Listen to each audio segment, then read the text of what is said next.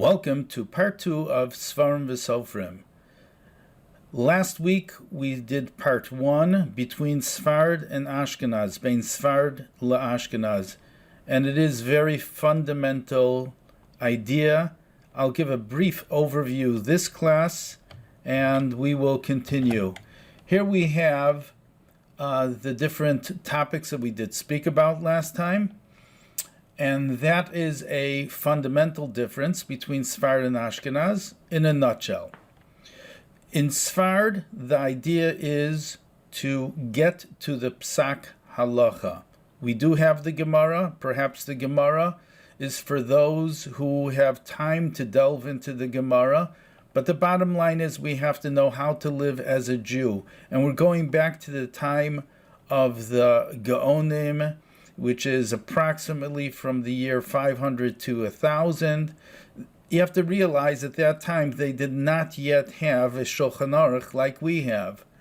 So the idea was to get to the halacha. That is the main thing. You could rely on authority. You could rely on those people who have a deep understanding in the Gemara, and that's fine. However, in Ashkenaz is a different hashkafa, and that is that the very fact that a person is involved with the Gemara itself, the text of the Gemara, that itself is something which is so wonderful and appreciated by HaKadosh Baruch Hu, by Hashem. So it's mentioned in the Maharal Mi Prague.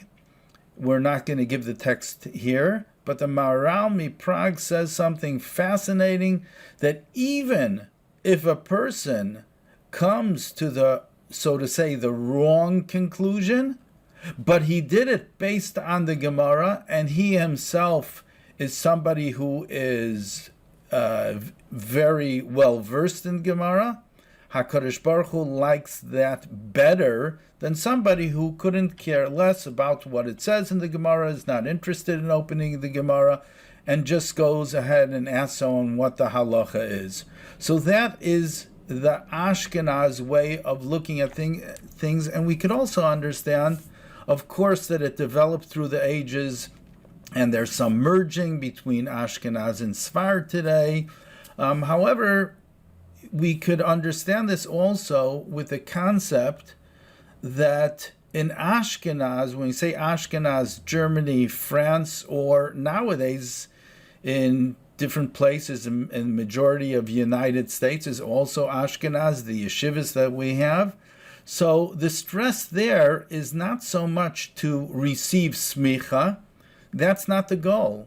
The goal is to be involved with learning Gemara. That is an end in itself. That is the goal.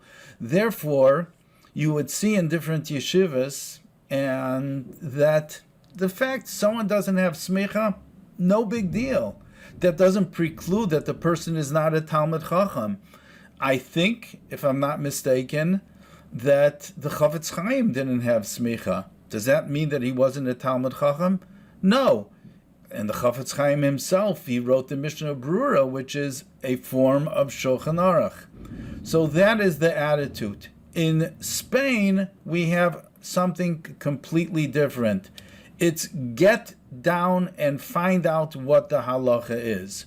So last week we spoke about this idea, and we're going to answer a few questions based on that difference between Ashkenaz and Sefard. We're going to delve more into it this week, and we will tackle the following issues. Why, during the time of the Geonim, that in Sefard and Southern Africa, which means Spain and North Africa in general, that's Sefard, we do not find that there were Shilos Teshuvos to the Geonim. The Geonim were in Bavel. So why is that? Why is that the case? We also mentioned the Maharam of Rutenberg. Let's take a look and see if we could find out. We get a Wikipedia about the Maharam of Rutenberg. And, okay, we're typing in Hebrew already, so let's go ahead. Maharam of Rutenberg. And let's see what we have over here. Okay. So the Maharam of Rutenberg, and he was the Gadol Hadar. He was the authority in Ashkenaz, in Germany. So what happened was that he had a student, Rabbi Asher the Rosh, and we know that the Maharam of Rutenberg ended up in jail. Here we have the tomb of the Maharam of Rutenberg, and they didn't even allow his body to go out until Alexander Wittmann, I'm not pronouncing it right, so he donated the funds in order to release his body. So that was on condition that he'll be buried next to him. Here's a community of Worms, Vermeise, and here we see the Maharam of Rutenberg's kever together right next to Alexander Wittmann. Okay, so in a nutshell, we did speak about this last time, but in a nutshell, the Maharam of Rutenberg was put into prison, and he was in Germany. His student, the Rosh, let's get back over here to the Rosh. His student, Rabbi Asher Rabbi Yechiel, he saw the writing on the wall, and he fled to Spain. And so he was you could say the Gadol Hadar from Ashkenaz, but he was unique in the fact that he lived both in Germany and in Spain. The son of the Rosh is the Rabbeinu Yaakov ben Asher. He was the Balaturim, Rabbi Yaakov ben Asher, who's the Balaturim. He's the one who wrote what we call the Tur Shulchan Aruch, not to confuse with the Shulchan Aruch itself. And he was born in Ashkenaz together with his father. He migrated to Spain. And he himself was not a pulpit rabbi. However, he was very much into writing the Sefardim and working on the Sefardim of his father. And he's the one who wrote the Tur Shulchan Aruch, which is divided into Arba Turim, which is Arachayim Tur. Tur means a row. That's based off what it says in Parshas Tetzaveh, the rows of the Choshen Mishpat. So we have the Arachayim, we have the Yeredeya, and Even Ezer, and Choshen Mishpat. So this was a revolutionary sefer, and since the Rambam's time, let's see, the Tur lived in the 1200s, so the Rambam passed away in 1204, so this is around 100 years later. So you had the Mishnah Torah of the Rambam, and then came the Tur, the same way that the Tur is categorized, that's the same way that the Beis Yosef, years later in the 1500s, he categorized his Shulchan Aruch, and that's what basically we use today. Everything is based off the Beis Yosef, no pun intended, the Beis Yosef's, everything is based off the Beis Yosef's Shulchan Aruch. However, this is where it started from, the categorization from Rabbi Yaakov, who was the son of Asher. So let's go back here. So now this is what we're going to talk about, and I would advise everyone to go to Shiur of part 1 so we don't have to repeat ourselves. But based on this, we could understand a great difference between Sefard and Ashkenaz, which is going to be pertinent even to the way that we look at Sefardim today. And till our time, the difference that you could see between the Shilos Teshuvos, the responsa of Harav Ovadia Yosef. Rav Ovadia Yosef wrote two Svarim in Shilos Teshuvos, one called Yabia Oimer. Yabia Oimer is more at length, and the other one is called Yechave Das. And we also know Rabbi Moshe Feinstein's Shilos Teshuvos is called Igros Moshe. So we're going to see the difference between the two. So let me sum it up. The difference between, and I'm going to repeat myself often, and I hope you get the idea. The difference between Sefard and Ashkenaz is the difference between authority and the authority, meaning in Sefard you take on the authority. Let's say there are four different ways of halacha, not ways of halacha, but four different evolutions of halacha, you could say, starting off with the Rif, which is on the back of the Gemara, then the Mishnah Torah of the Rambam, then the Tur Shulchan Aruch, and finally the Beis Yosef. And afterwards we have other Svarim, like we have the Levush wrote a type of Shulchan Aruch, and we have the Aruch HaShulchan, and we have the Alter Rebbe Shulchan Aruch, and we have Mishnah Brura. So, but basically these are the four. The four up to the time of the Beis Yosef, who was in the 1500s. So it's interesting to note that all four are coming from Sefard, and we'll talk about that. However, back to the fundamental difference. In Sefard, it's important the authority. If the Rambam says something, we accept it. Why do we accept it? Because it's the Rambam who said it. If the Rif said something, the Rif is before the Rambam, the Rif was the teacher, the Rif was the teacher of the Rimagash. The Rimagash was the Rebbe of Rabbeinu Maimon. Rabbeinu Maimon was the Rebbe of his son, the Rambam. So you have a direct connection. So if the Rif said something, authority prevails. Authority is important. The Rambam himself says in one place that in my Mishnah Torah, I follow the Rif exclusively, besides for 30 places. 30 places? That's nothing compared to the thousands of Piskei Dinim that we have from the Rambam. Authority prevails. In contrast, in Ashkenaz, it's autonomy. Autonomy is a good word to know. Autonomy means each community to its own. That's what autonomy is. In other words, the way that it was set up in Ashkenaz, that every community, you have to realize at those days, there was not the global connection that we do have nowadays. Nowadays, in one moment, you could know what's going on in the other side of the world. It's just a second. But the way that it was set up in Ashkenaz, in Germany and France, that every community was for itself.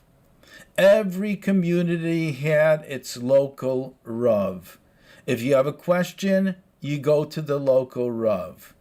And the local Rav decides, or you decide yourself. If you're a Talmid Chacham, you look into the Gemara and you come to the conclusion. Now that local Rav is not beholden to anybody else. If he wants to, he could have a connection with his Rebbe, so to say. But that's the way that things were set up. And it's okay, as we mentioned before with the Maharal. So that's really what happened. That every Rav was by themselves. There was no such thing, you could say there was no such thing as Das Torah. Das Torah means authority. There was no such thing. That's not what Hashem wanted. Hashem wants that you should strive and you should struggle, v'agisa b'yayim v'layla, and you should learn Gemara. If you have a question, go to your Rav. However, the idea is that you yourself should be learning from the Gemara. In Sefard, on the other hand, so that's what we call in Ashkenaz autonomy, each one for himself. Based on this, we find something fascinating, and it was actually an article that I read from someone by the name of Harav Yisrael Tashma. When I first heard the name Tashma, it sounded a little strange, but he was a Goin Atzum, professor, a Frum Yid, and he goes through these ideas, the difference between Sefard and Ashkenaz. Let's see if we could find him here. Yisrael Tashma, yes. And he passed away recently, but you should really take a look over here and see his multitude of different articles that he had. So let's, and that's a nice thing about, once again, about Wikipedia, that you could have your external links. Here's a list of different articles that he wrote, and he was a tremendous Talmud Chacham. So he wrote a lot about the Rishonim. So back to this very interesting point. So one thing that he says is he asked a question. The question is, why is it that we have Teshuvos from the Rosh, and almost all of them exclusively are coming from when he moved to Spain? Let's go back here to the Rosh, Rabbi Yaakov ben Asher. Let's see which community was he in. He was in Toleda. We call it Toletila, and that's Toledo. Toledo, similar to Toledo, Ohio. So that's where he was a Rav. So the Rosh was born in 1269, passed away 1343, but he always considered himself, and he was proud of the fact that he was, in essence, he was Ashkenaz, as opposed to Sefard, in the difference in learning. And he was asked many questions. He became a Rav in Toledo, Spain, and people asked him questions, and the answers were written down. So the question Harav Tashma asked is, why is it that we do not have hardly any of the Teshuvos of the Rosh while he was in Ashkenaz? All of them are from Spain. And the answer that he gave is a fascinating answer. And it also is related to the concept that we're saying, the difference between Sefard and Ashkenaz. What's the answer? Rabbi Yaakov, the son of Asher, the Balaturim, he was the one who actually organized all the different Svarim of his father, the Rosh. The Rosh we have, let me bring up, hopefully we could do this. Let me bring up in Otsar HaChachmah, just Gemara. Let's see if we can get it here. Talmud Bavli. Okay. Let's see. We have Talmud Bavli. Let's see. Frankfurt the Mayan. Let's see a different edition. Well, here you have the Vilna edition. So I'm clicking here, and let's say we have on Brachas. Okay, so I'm bringing up Brachas, and hopefully we'll have also. Oh, we do not have this. I thought we would have also. So here's a typical daf of the Gemara. We all know, we're all familiar with that.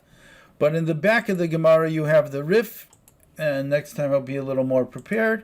You have the Rif and you have the Rosh, the Piskei HaRosh.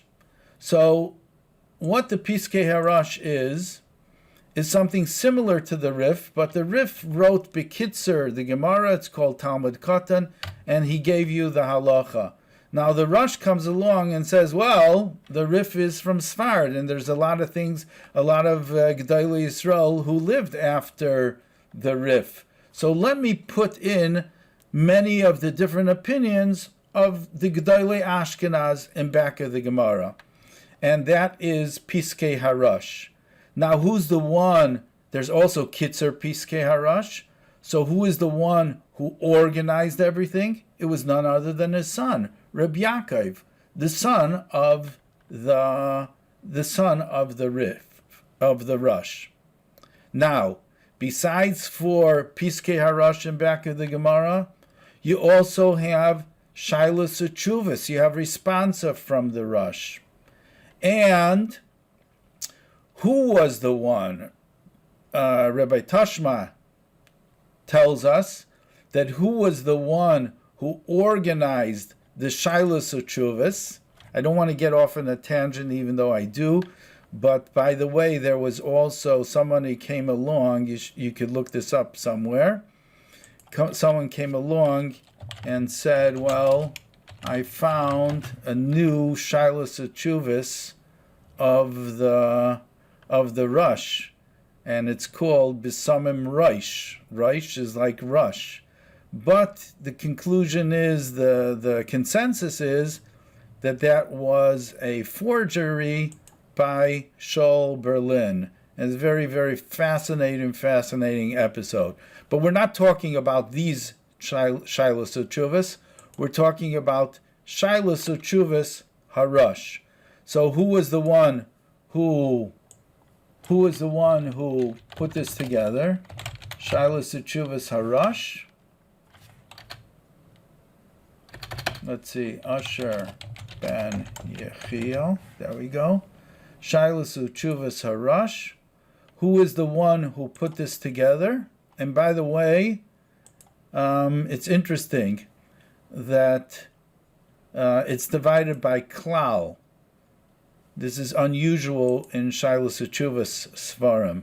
But the answer to the question is, who's the one who put it together? The one who loved to categorize things, the one who loved organizing Piskei HaRosh in back of the Gemara, none other than the son of the Rosh himself, who was Rabbi Yaakov ben HaRosh.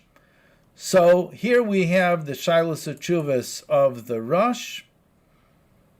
We have all the different klolim. And you could see going through here and also looking at the manuscripts that almost all, if not all, these questions were asked from people in Spain. Why don't we have any of the tshuvas of the Rosh when he was in Germany? So that is the question. The answer to the question is back to what we were saying beforehand. The difference between Sefard and Ashkenaz. Autonomy or authority. So here's how it works. The Rosh, while he was in Ashkenaz, while he was in Germany, people asked him questions. He definitely was the Gadol. He saw the writing on the wall that what happened to his Rebbe, the Maharam of Rutenberg, and he fled. So there's no doubt about it that people, and many people, asked the Rosh questions. However, you have to realize that those days was before the printing press, before we had copies, before it was easy to copy things. So let's think about it. Okay, the printing press was in the end of the 1400s. His name is Gutenberg, the Gutenberg printing press, and the Rosh was before that. So someone asked the Rosh a question from his local community, or someone from a different community asked the question and writes down the question to him. Now the Rosh is writing the answer. So he finds somebody to send off the answer, to deliver the answer that he wrote, and he doesn't have a copy of that. Why doesn't he have a copy of it? Because it would take a lot more time. And why should he write another copy? And to hire someone to make another copy, or to ask someone to make a copy of what he wrote, the reason it wasn't done is because it wasn't important to him. Why wasn't it important? Because he's Ashkenaz. Somebody asks a question, you go try to figure it out yourself. If not, you go to your local authority, but it's not something that he wanted to preserve. It's not something that he felt necessary to preserve. If you look at the Shilas Teshuvos before a certain period of time, they came mainly from the Geonim, and they came from Sefard. It was very, very unusual to have Shilas Teshuvos from Ashkenaz. It wasn't important to them. Actually, the Maharam of Rutenberg, who is definitely Ashkenaz, had Shilas Teshuvos, but that is a breakthrough, and his students came to him in prison. He even wrote Shilas Teshuvos in prison, but it's unusual. You have the Rashba with thousands of Shilas Teshuvos. The Rashba, Shlomo ibn Aderes, is definitely Sefard. All these people, this was the thing, because Shilas Teshuvos means it's authority. If it's authority, it's something to be preserved for future generations. Ashkenaz? No. We're sitting in our own yeshiva. We're sitting in our local community, and we have our local learning Torah. Doesn't really make a difference. We're not there to make an impact on the entire world. There's no Das Torah. That's what we're not here for that. So that is the difference. Now we could understand, based on this, why there aren't teshuvos from the Rosh while he was in Germany, because he didn't bother to make a copy of it. That's simple.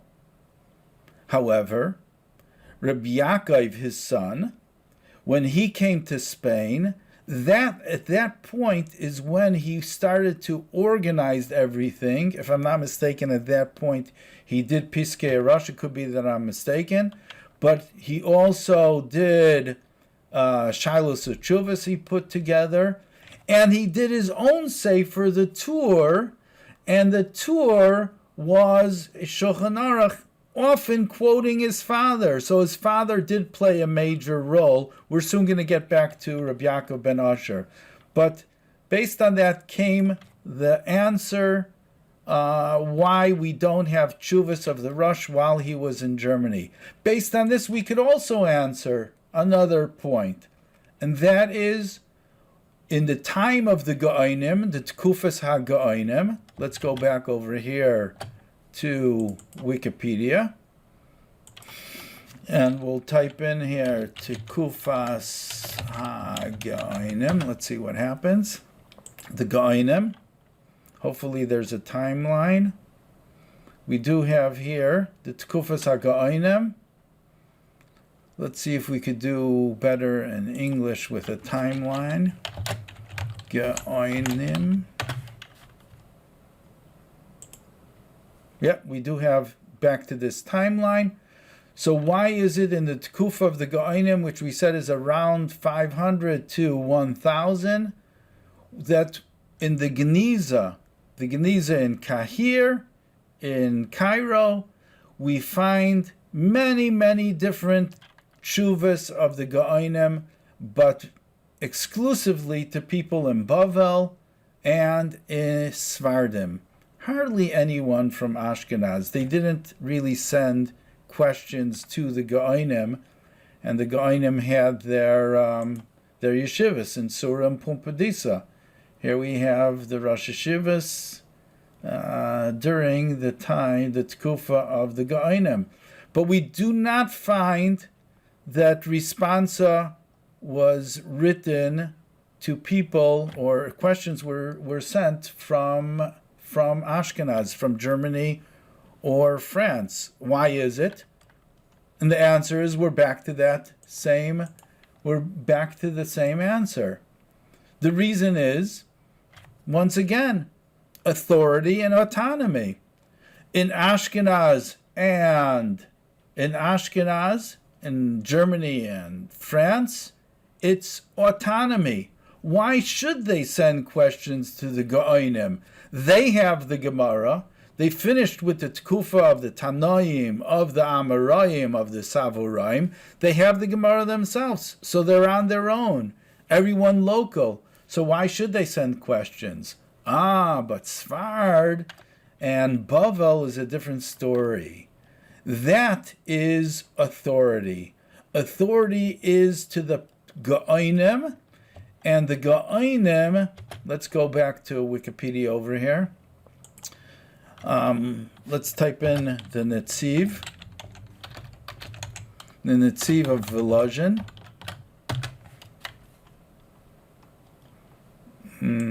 Let's see what we could do. Netziv Volozhin. Here we go. The Netziv, Reb Naftali Tzvi Yehuda Berlin. So let me just talk a little about him, and it has to do with the Geonim. So he was the Rosh Hashiva of Volozhin, Naftali Tzvi Yehuda Berlin. By the way, we have the Berlin, the last name. You have Meir Berlin, and you have actually the Bar Ilan in Israel.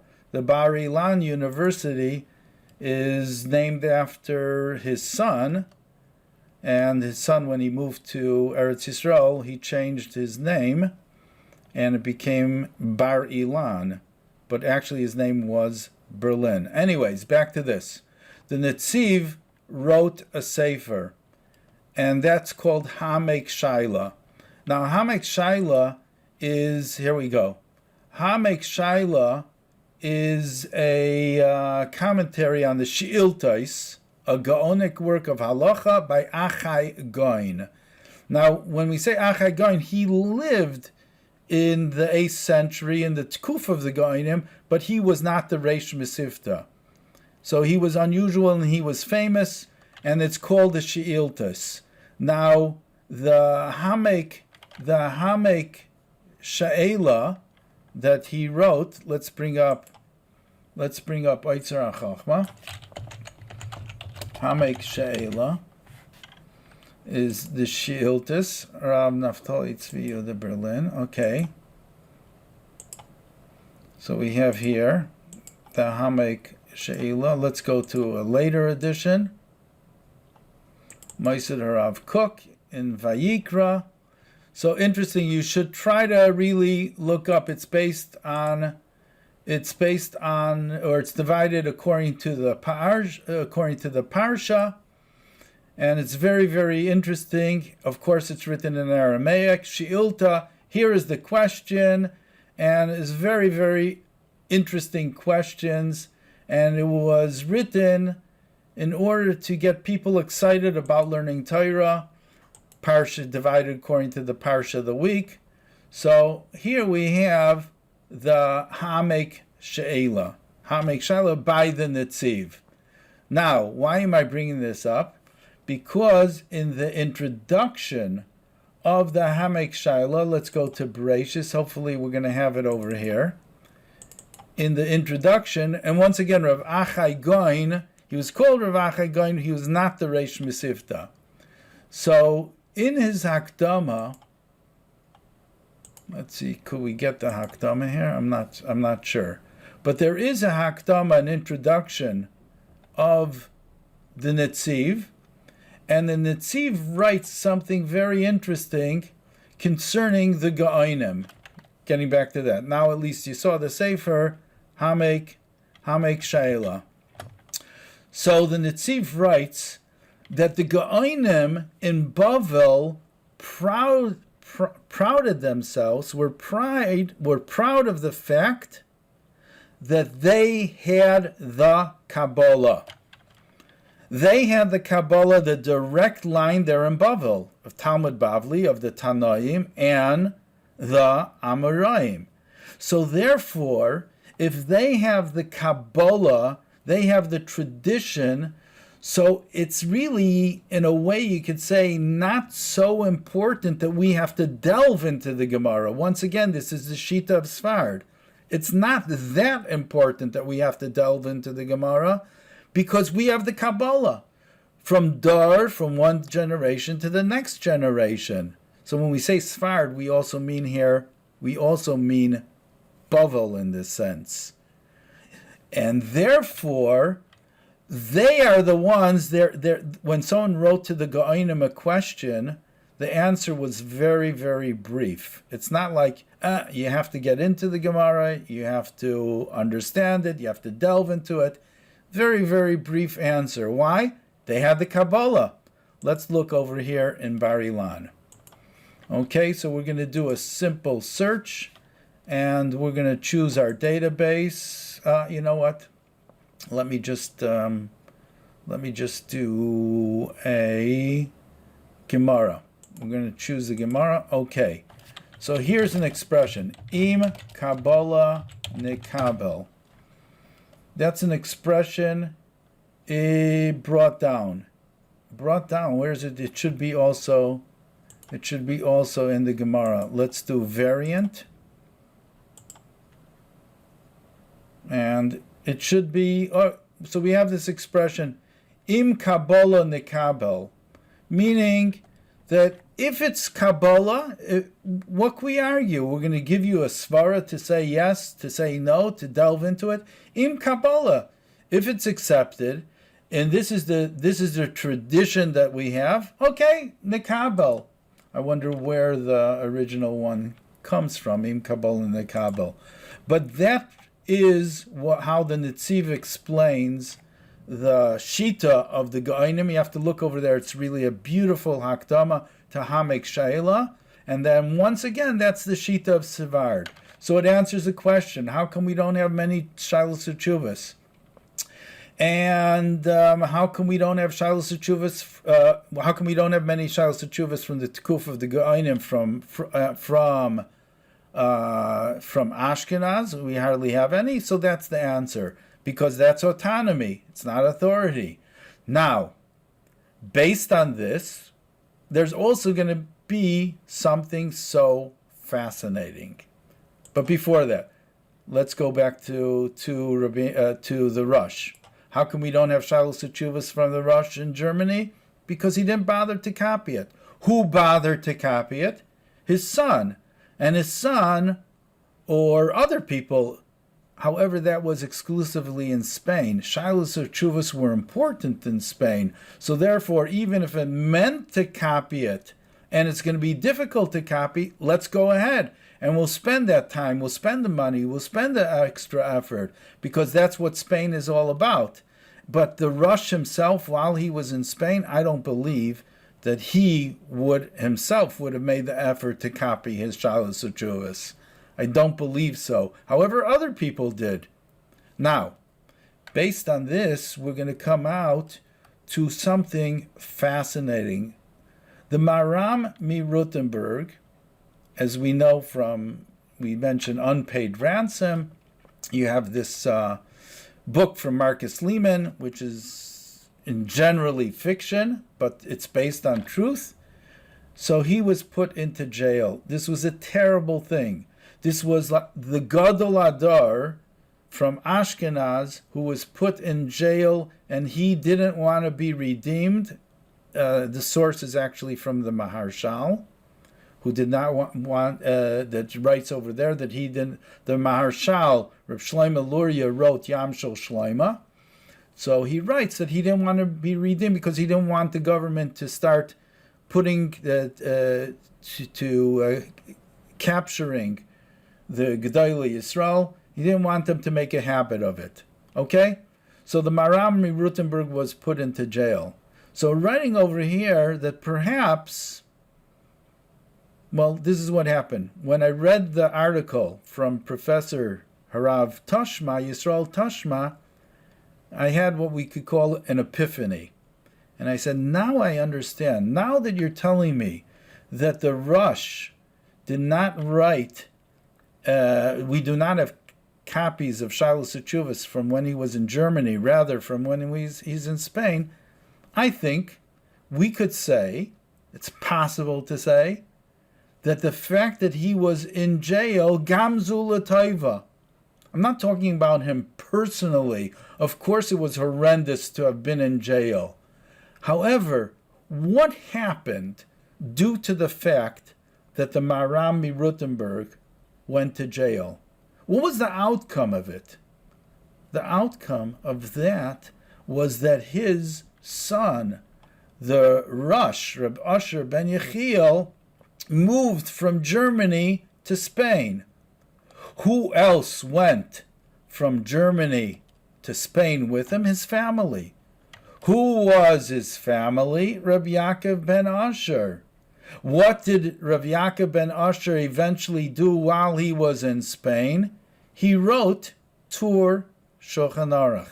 Now, let me ask you, based on what we just said beforehand, would Rabbi Yaakov ben Asher have written the Tur Shulchan Aruch if he stayed in Germany?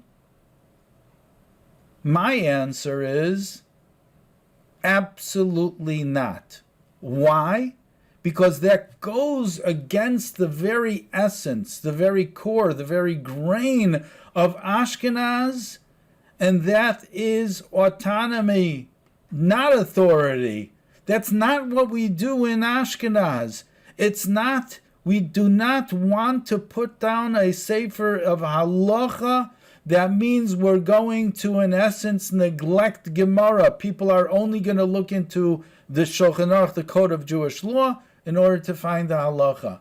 So he wouldn't have had, and I don't think his father would have been very happy, especially that they're in Germany, but he wouldn't have had, so to say, the chutzpah to write the Tur while he was in Germany. Why was he able to do it?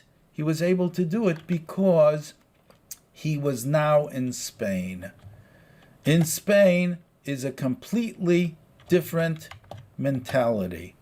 In Spain, that was, people already neglected Gemara. They needed a Shulchan Aruch, and the Tur, Rabbi Yaakov found, and the Tur, Rabbi Yaakov found a wonderful opportunity to write his Shulchan Aruch. And he organized Piskei HaRosh, and he did this Shulchan Aruch. Okay, so now we have a picture. So that explains why we could say Gamzu L'Taiva. If the Maharam was not put in jail, the Rosh would never have left Ashkenaz, would never have left Germany. If the Rosh would never have left Germany, Rabbi Yaakov would have stayed in Germany and not written the Tur.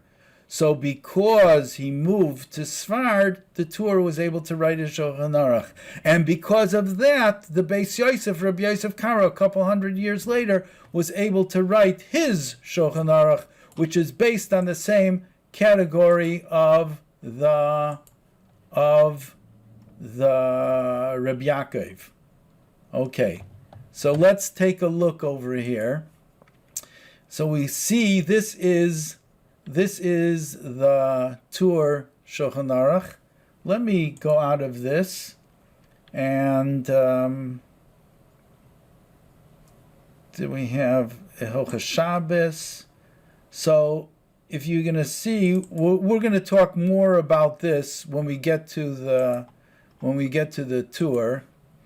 But you could see now we have plenty of mefarshim over here. Let's make this a little smaller. You have plenty of mefarshim, but this itself is the Tur. Here's Orach Chaim, Siman Reish Mem Beis, Hilchos Shabbos, and often he mentions his father's name. Now the Tur Shulchan Aruch is different. I'll just say it in a nutshell. Is different than the Shulchan Aruch of Rabbi Yosef Karo.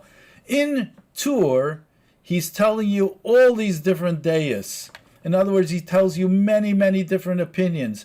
And he says, you should know, well, my father says like this also. So what did he mean by that? I personally think he meant, I can't force you what to do.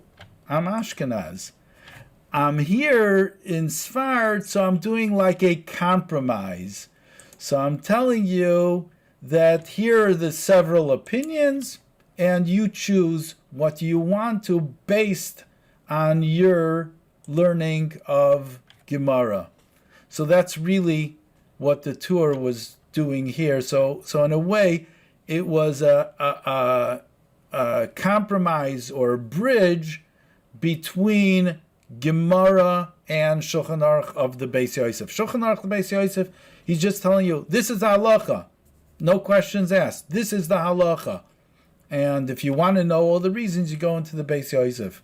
But that was the Tur. Okay, getting back to this, I want to share with you, let's go back over here. And I would like to share with you also, okay, so we went through everything. How can we have about Shiur Teshuvos, Gamzu L'Toiva, the Rosh, because that the Rabbi Yaakov ben Asher, he wrote the Tur Shulchan Aruch, which is not like which the Shulchan Aruch of Beis Yosef, Rabbi Yosef Karo was based on it, at least in the organization, but the core difference is that the Tur is, in essence, he's Sefard. In essence, he's Ashkenaz. So he gives many different opinions in his Tur Shulchan Aruch. Okay.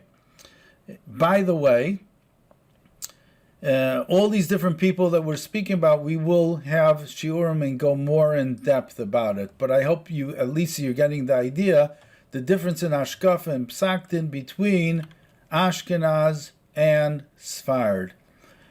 I would like to continue and show you the difference till this very day. And I see the extreme differences between Rabbi Yosef and Rabbi Moshe Feinstein. But I hope I don't forget, because I want to share with you something from Shilas Teshuvos Zichron Yehudah, which was written by the fourth son of the Rosh, whose name was Rabbi Yehuda ben Yechiel, Shilas Teshuvos. And that really will conclude the share with Zichron Yehudah, and it will sum up the difference between Sefard and Ashkenaz. Okay, so here we go. I did a pretty interesting thing, at least I think it's interesting. And let's go back over here we're talking about the difference between Sefard and Ashkenaz. So I did a couple of searches before that. Okay, let's open up one more tab, and let's look into Shilas Utshuvas. Shilas Teshuvos. Okay. No. Shilas Teshuvos. Let's go into Wikipedia. Shilas Teshuvos. And we should have a list of different people who wrote Shilas Teshuvos. Okay. Shilas Teshuvos that we have, different names. We could have the Radvaz, let's say. I'm not seeing over here. Okay, these are the ones that we have nowadays. Rav Avadia Yosef. We have Noid Yehuda. We have Chassam Sefer. Shalom Arachai Shvadron. Yosef Shaul Nottinson from Lemberg, from Lvov. Yitzchak Elchanan Spector. So we have all these different Shilas Teshuvos. Of course, however, the Rashba was from Spain, and he was over 10,000 tshuvas. Okay? We have 6,000, and the Radva, Spain. Later on, it became more of a thing also in Ashkenaz to write Shilas Utshuvas. So let's remember this, and now we're going to do an experiment. We're going to go into the Bar Illan. And we said that there's a difference between Sefard and Ashkenaz.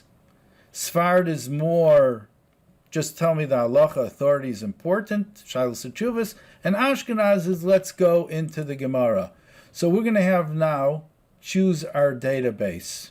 So what I did in Sifrei Shilas Teshuvos, I have Igris Moshe, that's from Harav Moshe Feinstein. I have Yabia Omer from Harav Ovadia Yosef, and Yechavadas also from Harav Ovadia Yosef. So let's do some searches, and let's see if we come up with the results. Let's say Radvaz. Radvaz is Reb David ibn Zimra, who lived in the time of the Beis Yosef. He lived in Tzfas, he lived in Mitzrayim for 40 years. So we have 3,179 times it's mentioned. I didn't do this before, and I'm not even sure if it's going to work. But let's see how many times do we have Rabbi Moshe Feinstein quoting the Radvaz? Let's see. We have him quoting, we're up to 30, but mind you, we're up to 75. We're up to a lot. Let's see. We're up to 144 times that Rabbi Moshe Feinstein quotes the Radvaz. Now, the Radvaz also wrote a pirush on the Mishnah Torah, on several Sfarim of Sifrei Hayad. So he 144 times, but we have 3,000 results from Harav Ovadia Yosef. 3,000. What does it tell you? It tells you that Rav Ovadia Yosef authority is important. It's important who says something, and therefore he's going to mention it. Rav Ovadia Yosef was like a computer, never forgot anything. If you, and I'm saying this theoretically, I can't tell you for sure, but I'm going to be searching other poskim while I talk. But I've never personally been in the house, Rabbi Yehuda, Rabbi Cheskel Landau, okay? Also famous Shilas Uchuvas. I've never been in the house of a Rav Ovadia Yosef, and I've never been in the house of Rabbi Moshe Feinstein. But my theory, and people would know, is in Rabbi Moshe Feinstein lived in an apartment in the Lower East Side. I don't know how much room he had. I don't think he had that many Sfarim. I don't think so.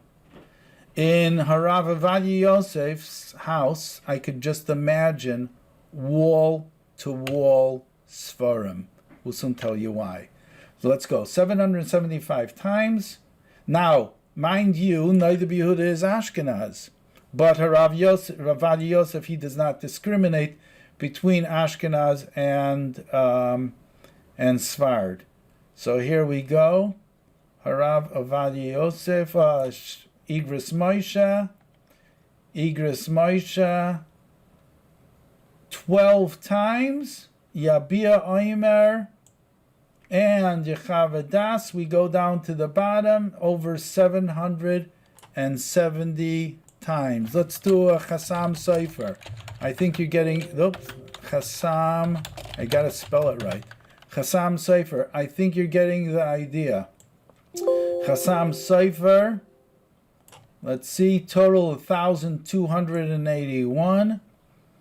And we go down, let's see, how many times is he quoting the Chassam Sofer? 12 times. The rest, boom. Look at all this. I'll just open up one. The Chassam Sofer says like this, Ukumash Kosev, and you're going to look into his tshuva, and you're going to see tons of different, many different svarim. This one says like this.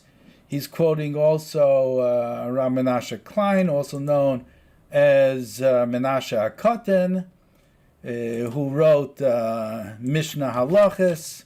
Let's go over here, Mishnah Halachis. And let's take a look at this. Mishnah, he quotes it one time, and Harav Avadi Yosef 94 times. Look what's going on over here. Shayol Meshiv, and once again you see the same thing. Igros Moshe, how many times? Just a few, and the rest is, let's see how many times, 16 times, and the rest is from Harav Avadi Yosef. Shalom Meshiv is from Rabbi Yosef Shalom Nottenzen. If I'm not mistaken, it could be that I am mistaken, but it was, we saw before, from Lemberg. So that's the idea. The idea is, when Rabbi Moshe Feinstein, as we said before, I don't think he would have a lot of Sefardim in his house. I don't think he needed a lot of Sefardim. I'm not sure if he was interested in having a lot of Sefardim. The reason is, here, just take a look at this, all these different names. Ubishailas, amazing. Look at all this. Ubishailas Teshuvos Binyan Illan Beis Shlema Tzemach Tzedek Mi Lubavitch. Look at all these names. It's important. The Teshuvos, Kaktoid HaRosh, amazing. Rabbi Moshe Feinstein is asked a question. So what does he do? He goes into the classic Halacha Svarim, but he starts off with the Gemara. And he thinks to himself how he understands the Gemara and what the relationship between the question is, and develop with the major classic Mefarshim and Shulchan Aruch that he has, and the Beis Yosef and everything. Look into Igros Moshe. Let's just see something from Igros Moshe. Do it yourself. You look into Igros Moshe, and some of them are very, very long, and you'll see how he developed something, as opposed to Yabia Omer. Once again, the difference between, and I know the shiur is going on long, but you could always pause and see it later. So that's the Hevdo Yesaydi between Harav Avadi Yosef and Shilos Teshuvos Harav Moshe Feinstein. And I think we covered everything. In Mirz Hashem, the next class, hopefully we'll be doing maybe Gemara, Rashi, Tosfos. We're going to get to the Rif. By the way, let's go back and just recap that the Sfarim and Halacha, until the Shulchan Aruch of the Beis Yosef of Rabbi Yosef Karo, were the Rif. Was Mishnah Torah, Rif Sephardi, Mishnah Torah Sephardi, Tur, Ashkenaz, who only did it once he moved to Sefard, to Spain, and Rabbi Yosef Karo, also Sephardi. He was born in 1488, and 1492 was the expulsion of Spain. He was only 4 years old, and he went to Turkey. He ended up in Tzfas. Okay, so that's Bein Sefard LaAshkenaz. For the conclusion of today's shiur, Zichron Yehudah. Zichron Yehudah is amazing sefer. I have the sefer at home, and I have here a question that was written to someone by the name of Yehuda. Okay, let's open it up here. Who is this? As we mentioned before, you have, let's see. As mentioned before, you have the Rosh. Rabbi Yaakov was a son of the Rosh. Now, let me just explain a little about his family. The star of the family, Rabbi Asher ben Yechiel, was his son, his Bechor, named Yechiel, but he died young. And he was, you could say, the star of the family. Rabbi Yaakov, I think, was son number 3, if I'm not mistaken. Son number 4 was Yehuda. Now, Yehuda, if you look into Zichron Yehudah, Shilos Teshuvos, if you look over there in the introduction, I think, if I'm not mistaken, that he had some problems with his eyes, so the Rosh sent him from Germany to Spain, and he came back to Germany. Now, when the Rosh was ready to leave to Germany, so just like we have in the Chumash, Let's get to the Chumash. Just like we have in the Chumash, Ve'es Yehuda Shalach Lefanav Gaishna. This is my vart here. Ve'es Yehuda Shalach Lefanav Gaishna. It's not going to find it because we have to activate all the databases. Ve'es Yehuda Shalach Lefanav Gaishna. So Yaakov Avinu, before he went to Mitzrayim, he sent ahead his fourth son, Yehuda, to establish a Beis Medrash. So too, the Rosh sent ahead his fourth son, Yehuda, beforehand to check out the scene, so to say. And he was also familiar, because he was in Spain beforehand, and to see where he's going to settle. Well, the Rosh, he first met with the Rashba in Barcelona, but that's so interesting. Well, this Yehuda himself was a Talmud Chacham, and he ended up in some community in Spain. So now the Rosh made a major impact, and they are in, let's go to Siman, okay, we're in Siman Dalet. So they made a major impact. Let me make this a bit smaller. In Spain. And after many years, I would say the Rosh passed away already. Yes. So in Toleda, which is Toledo, Spain, so there was an amazing question which was quite flattering. The question is, Lashon Rav Yehuda shehetik miksivas yodai, from the handwriting of Yehuda. Yehuda ben Arash, the fourth son. Shamati shatem oimrim, I heard you said, Mibnei shenisraba machlekes ben paiskei adinim u'moirei ha'ras, ze oimer bekai, v'ze oimer bekai. Since we have many differences amongst the paiskim, amongst the decisors, what you should paskin like. So the community in Toledo, Spain, decided that they're going to make a takana. What's the takana? Sha'atem maskimim lifsei al pi sifrei Rambam zal. All the time, we are going to paskin like the Rambam. Okay? However, and they're flattering the Rabbi Yehuda, says, so let's just make a rule. We're going to look into Mishnah Torah, and we're always going to paskin like the Rambam. Okay, good. However, Zulasi b'mash shechoylik olav Adoni Avi sheyasu kidvarav. However, Adoni Avi, referring to the Rosh could argue on the Rambam, and often does in Mishnah Torah. So he says, listen, so now the Rosh and his family were established for many years. The Rosh is the Rabbeinu Asher of Toledo. The Rosh passed away. They come along to Rabbi Yehuda, who I think took over the position of his father, the Rosh in Toledo, and said, okay, you know what? There's too many complications over here. What? We have to look into the Gemara and everything. Let's just do, we're Sephardim. Let's just do Liba and Hilchasa. We'll just have the Halacha. We'll follow always Mishnah Torah, except, you know what? Let's give honor to the Rosh. If the Rosh argues on the Rambam, we'll paskin like him. Let's look at the answer. Based on our Shiur, hopefully you could guess what the answer is. You could even see over here. And the answer from Rabbi Yehuda, which really establishes what we said before and 100% correct, is no way. Absolutely not. Ani meshabech lechem al shatem chabdim ladoni avi. Thank you very much. You're really pleasing me, or you're flattering me is a better word. You're flattering me that you're giving so much honor to my father. My father, the Rosh, should be held in higher esteem than the Rambam. Omnam nifleisi al shem tamach nisim roshechem ben harim gedalim. We can't do this. Ben arai Rambam uvein arai vidzal.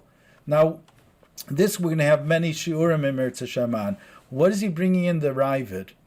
Well, this is the epitome, the difference between Ashkenaz and Sefard, you could say Sefard is the Rambam, derived from Provence. However, he represents Ashkenaz. Okay? V'Rabbeinu Asher isigo al Rabbeinu. Let's see if we could get it here. B'chayav v'achra v'eich loy tira miliyas nechvim b'gachalasam shakitzasan akitzas akrav u'lechishasan lechishas sarav. Okay, I'll tell you basically what the answer is. He says, I love to do it, but you know what? My father, if you're saying that you're going to paskin like my father, the Rosh, let's think. My father's Ashkenaz. I'm also Ashkenaz. My father never became Ois Ashkenaz. He always remained Ashkenaz. So my father would never have agreed to such a thing. He would never have agreed to paskening because of authority. That's not what you do. We are here to give you as many opinions as possible to nudge you that you should go into the Gemara, you should open up the Gemara, and you should learn that. There's no Das Torah here. There's no such thing as we're going to find out or we're going to take a vote. Like who's the greatest gadol, who's the smartest one, we'll always follow them. That could be a smart thing to do. That's authority. Ashkenaz not like that. So even though that Rabbi Yehuda was in Sefard, however, he would never agree to such a thing. In essence, he remained Ashkenaz and didn't even want that for his Sefard community. So he did not agree to that. V'oid, and I think you should try to read this, maybe put this on pause, and take a look at this next paragraph. Take a look also at Zichron Yehudah, at the Sefer, if you're able to have access to it. It's absolutely a tremendous tshuva. And that's it. I think at this point we spoke enough. We did a lot. And we have been Ashkenaz l'Sefard. And the Mirz Hashem will be continuing next week. Let's say we'll do a little of the Gemara, Rashi, and Teshuvos. And once again, before I conclude, I just want to refresh your memory. And I'd like you also, if possible, to go to the first shiur that I gave, and the famous statement of the Rosh, Mi lanu gadol mi Rashi, who's greater than Rashi, that Rashi's grandchildren themselves would argue on him. And that's what HaKadosh Baruch Hu wants that we should delve into the Gemara. This is what we're supposed to do. It's not like the Sefard, the tradition of the Geonim, that it's Kabbalah, that the divrei of the Geonim were Kabbalah. It's not what we have to do. We have to delve into the Gemara, and it's not in order to get smicha. It's not in order that we should be called rabbis. It's because we should be immersed in Torah. Das will der Eibishter. This is what he wants. A guten Tag. And remember, everything that we're giving you, I think we should end off every shiur like this. Ten l'chacham v'yechkam oid.